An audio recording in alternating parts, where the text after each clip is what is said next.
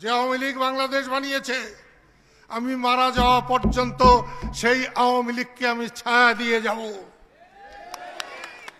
শুনছি, এখনো শুনি দুই চারজন নাকি ভয় পায়। ভয় পাইলে তো তাকে কিছু করার নাই, ভয় ছাড়া দরকার। ভয় পেলে পাকিস্তান থেকে বাংলাদেশ হতো না। এই কস্তুরীপাড়া আমার কাছে খুবই প্রিয়। আমি সাতিহাটির থেকে, ওখানে বোধহয় মাইজবাড়ি আছে একটা, সেই মাইজবাড়ি আমাদের দাদাদের বাড়ি ছিল।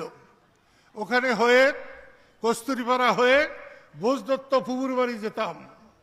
আমার সবচেয়ে গরিব ফুবু, আর সবচেয়ে বেশি আদর পেতাম সেখানে।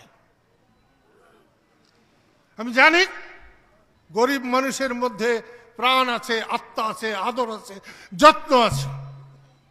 মুক্তিযুদ্ধের শুরুতেও এই কালীহাতির পাশে হামিদপুর থেকে আমি অস্ত্র নিয়ে এসেছিলাম।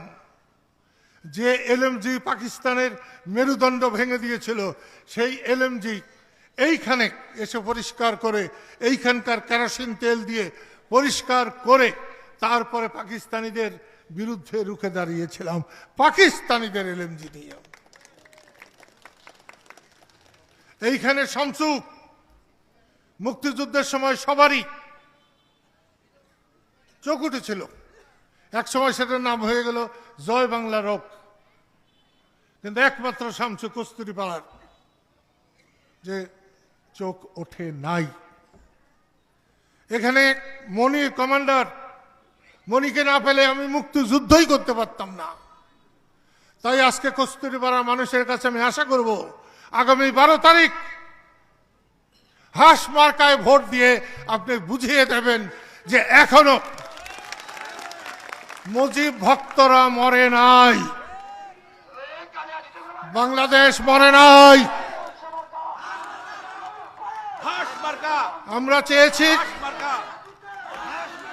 আমরা চেয়েছি অন্ততপক্ষে একজন মানুষ সংসদে যে বলুক, জয় বাংলা, জয় বঙ্গবন্ধু, জয় মুক্তি বাহিনী।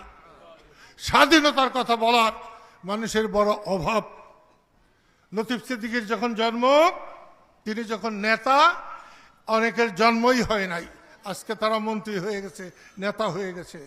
সেই জন্য আমি বলছি, এই কালীহাতি কেন, টাঙ্গাইল কেন, বৃহত্তর ময়মনসিংহে লতিফ সিদ্দিকীর মতো বুক চিতিয়ে দাঁড়িয়ে সংসদে কথা বলার